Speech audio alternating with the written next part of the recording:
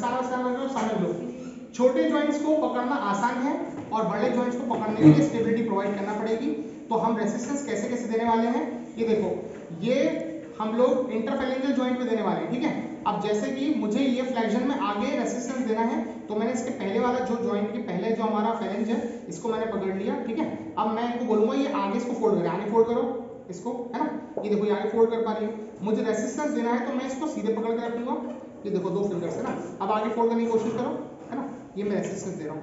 Same इस joint पर resistance है, आप एक हाथ से यहाँ से पकड़े हो, दूसरे हाथ से यहाँ पकड़ के रेसिस्टेंस दे रहे हो। इस जॉइंट को रेसिस्टेंस देने के लिए आपको 2 फिंगर से यहाँ पकड़ना है और फिर यहाँ पे इनको बताना है कि आपको ऐसे फोल्ड करना है फिंगर को, ठीक है। अब आप यहाँ से आगे फोल्ड करो, ये नॉर्मल फोल्ड कर रही है। रेसिस्टेंस देने के लिए मैं ये 2 फिंगर से आगे वापस फोल्ड करो, ये रेसिस्टेंस प्रोवाइड कर रहा हूँ, ठीक है। सेम फिर हमारा आ जाता है मेटाकार्पोफेरेंजियल जॉइंट, ये वाला जॉइंट। इस जॉइंट को रेसिस्टेंस देने के लिए भाई देख लो ना, देख रहे ना, ये तो आगे शिफ्ट हो जाओ।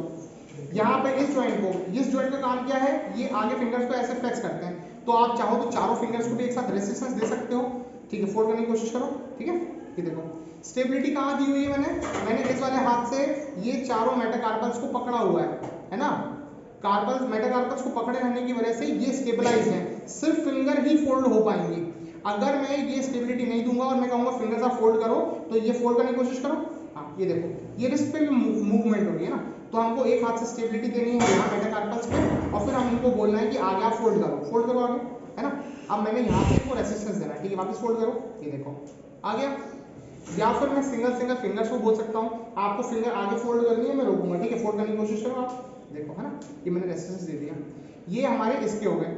फिर आपको थंब के अलग से होते हैं, तो थंब में आपको उनको बताना है कि भाई ये वाला मूवमेंट, आगे वाला और पीछे वाला। अगर पेशेंट को लेमैन है, उसे नहीं पता है कि फ्लेक्शन, एक्सटेंशन, एब्डक्शन, एडक्शन कैसे हो रहा है, तो आपको पेशेंट को मूवमेंट बतानी है कि आप अंगूठे को अंदर लेकर आइए, मैं रोकने की कोशिश करूंगा, ठीक है, अंदर लेकर आने की कोशिश करो, ये देखो, है ना, मैंने रेसिस्टेंस दिया। आप इसको होल्ड करने के लिए यहाँ से भी होल्ड कर सकते हो, ताकि आप थंब को अंदर से बाहर की तरफ पुल करो और पेशेंट उसे अंदर की तरफ पुल करे, तो अपने आप रेसिस्टेंस दे पाओगे, ठीक है। वापस अंदर लेकर आने की कोशिश करिए, ये देखो मैं बाहर की तरफ आराम से फोर्स दे सकता हूँ, ठीक है। इसके बाद आता है रिस्ट का, ठीक है। थंब के चारों मूवमेंट्स में सेम ऐसे देना है। रिस्ट में आपको करने के लिए क्या करना है, एक हाथ से स्टेबिलिटी प्रोवाइड करने के लिए आपने यहाँ पर रिस्ट के नीचे पकड़ लेना है और फिर आपको पेशेंट को जो भी मूवमेंट करानी है, फ्लेक्शन, एक्सटेंशन, रेडियल डिविएशन या अल्नर डिविएशन, उसके हिसाब से आपको मूवमेंट करानी है, ठीक है। अब देखो मैंने यहाँ से मेटाकार्पल पूरे पकड़े हुए हैं, अब मैं पेशेंट को बोलूंगा कि आपको आगे हाथ फ्लेक्स करना है, ठीक है, आगे फोल्ड करने की कोशिश करो, ये देखो, है ना, ये मैं रेसिस्टेंस इनको प्रोवाइड कर पा रहा हूँ। आप इसको आप ये, ठीक है।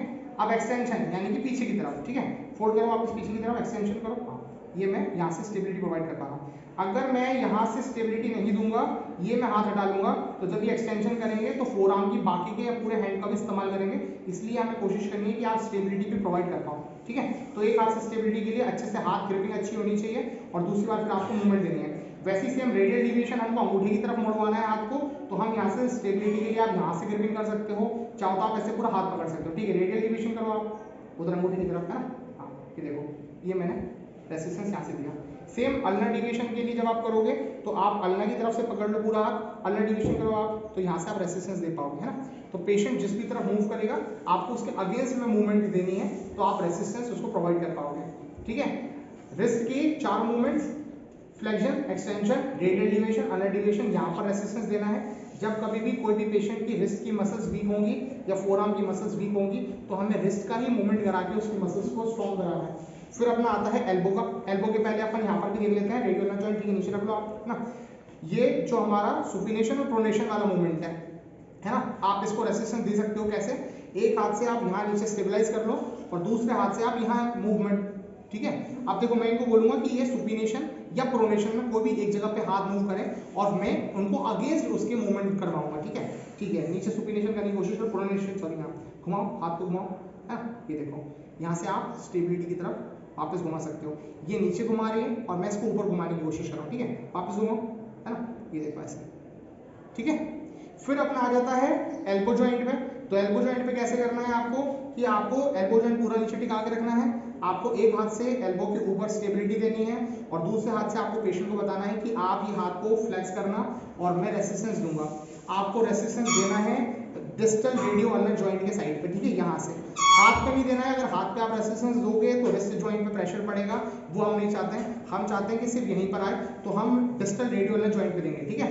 ये आप ऐसे भी दे सकते हो, आप चाहो तो ऐसे भी दे सकते हो, ठीक है। चलो अभी आप फ्लेक्स करने की कोशिश करो एल्बो को, हाँ बढ़िया बढ़िया, है ना। ये रेसिस्टेंस हमने दे दिया, ठीक है, वापस सीधा कर लो, ठीक है, फिर से करो, हाँ ठीक है। देखो ये रेसिस्टेंस मैं अभी इस तरफ से दे रहा हूँ, ये रेसिस्टेंस में यहाँ से ऐसे भी दे सकता हूँ, है ना। वापस फोल्ड करने की कोशिश करो, हाँ ये, है ना। तो ये हमने जॉइंट को स्टेबलाइज भी कर लिया और रेसिस्टेंस देने के लिए हमने एक हाथ भी अप्लाई कर लिया। फिर अपना आ जाता है शोल्डर जॉइंट। शोल्डर जॉइंट के फ्लेक्शन, एक्सटेंशन और एबडक्शन एडक्शन का होगा, है ना। तो हम लेटे लेटे में 3 मूवमेंट्स तो करा लेंगे, फ्लेक्शन, एबडक्शन, एडक्शन। फ्लेक्शन कैसे मूवमेंट होगी, यहाँ से ये हाथ पूरा पीछे तक जाएगा, ठीक है। हम क्या कर सकते हैं रेसिस्टेंस देने के लिए कि डिस्टल रेडियो अल्नर जॉइंट पे, यानी कि रिस्ट के यहाँ से आप रेसिस्टेंस दे सकते हो, ठीक है। हाथ ऊपर उठाने की कोशिश करो, है ना, हाँ ये देखो, है ना, यहाँ से रेसिस्टेंस प्रोवाइड कर सकता हूँ मैं, ठीक है। अगर आप चाहते हो शॉर्ट आर्म पे करना है तो आप एल्बो फ्लेक्स करा लो, ठीक है। उसके बाद आप यहाँ नीचे एल्बो के साइड भी प्रेशर दे सकते हो, ठीक है। फिर से फ्लेक्स करने की कोशिश करो, हाँ ऊपर उठाओ हाथ, है ना, यहाँ से आप प्रेशर दे सकते हो, दोनों तरफ से दे सकते हो। ये कन्वीनियंट नहीं होता है सभी के लिए, मगर आप अगर फुल आर्म में करा रहे हो तो फिर पूरा हाथ स्ट्रेट करके ही पेशेंट को बोलो पूरा हाथ उठाएं और शोल्डर को थोड़ी सी स्टेबिलिटी प्रोवाइड करके रखना है, ठीक है। वापस उठाओ हाथ पूरा, है ना, और फिर आप यहाँ से रेसिस्टेंस प्रोवाइड कर सकते हो, ठीक है। फिर अपना आ जाता है एबडक्शन। तो एबडक्शन में हम लोग साइड में हाथ उठाते हैं, हम लोगों को पेशेंट को रेसिस्टेंस देना है, तो हम वही same distal radio ulnar joint से ही देंगे। तो पेशेंट पूरा हाथ साइड में उठाएगा और हमें साइड से रेसिस्टेंस देना है, ठीक है, ठीक है। हाथ उठाने की कोशिश करो आप साइड में मेरे, हाँ, है ना। देखो इजी हो गया रेसिस्टेंस देना, ठीक है। वापस रेसिस्टेंस दो, हाँ वापस आप करो मूवमेंट, हाँ बढ़िया बढ़िया। ये एबडक्शन का हो गया। और एबडक्शन का ही अगर हम अंदर की तरफ से पकड़ लेंगे और पेशेंट को बोलेंगे कि हाथ अपनी बॉडी से चिपका एडक्शन करना है, तो फिर हम एडक्शन में रेसिस्टेंस दे पाएंगे, ठीक है। एडक्शन करने की कोशिश करिए, है ना। देखो ये मैंने यहाँ से रेसिस्टेंस दिया, है ना।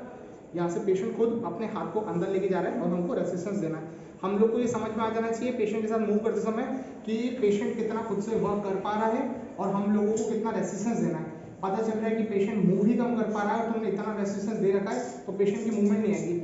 जितना पेशेंट की पावर है मसल्स में जितना काम कर पा रही है वो उसके हिसाब से जितना मूवमेंट आ रहा है आपको उसके हिसाब से कम रेसिस्टेंस देना है। धीरे धीरे करके जब हम रेसिस्टेंस ट्रेनिंग देंगे तभी जाके मसल्स और स्ट्रॉन्ग हो पाएंगी और मूवमेंट आएगा, है ना। तो रेसिस्टेंस देते समय सारी चीज़ों का ध्यान रखना है। अब देखो अपन ने कौन कौन सी चीज़ों का मूवमेंट देख लिया, हम लोगों ने इंटरफेलेंजल जॉइंट का देख लिया, ठीक है। हमने मेटाकार्पोफेलेंजल जॉइंट का मूवमेंट देख लिया, हमने जो हमारा थंब है इसके सारे मूवमेंट्स देख लिए, हमने रिस्ट के देख लिए, flexion, extension, radial deviation, ulnar deviation. फिर हम लोगों ने ये सुपिनेशन प्रोनेशन वाला देख लिया कि हमको ग्रिपिंग यहाँ से देनी है, ठीक है। अगर हाथ सीधा है और नीचे घुमाना है तो आपको यहीं से रेसिस्टेंस देना है, अगर हाथ उल्टा है और आपको सीधे घुमाना है तो भी यहीं से रेसिस्टेंस देना है, ठीक है। उसके बाद आ गया एल्बो में फ्लेक्शन वाला, तो फ्लेक्शन में हम लोग रेसिस्टेंस देंगे। अगर आप चाहते हैं एक्सटेंशन में देना है तो सेम आपको यहीं पे हाथ रखना है और पेशेंट को बोलना है कि हाथ सीधा करें और आप यहीं से रेसिस्टेंस देना, ठीक है। सीधा हाथ करने की कोशिश करो आप, ये देखो यहीं से आप रेसिस्टेंस दोगे, है ना। ये हो गया।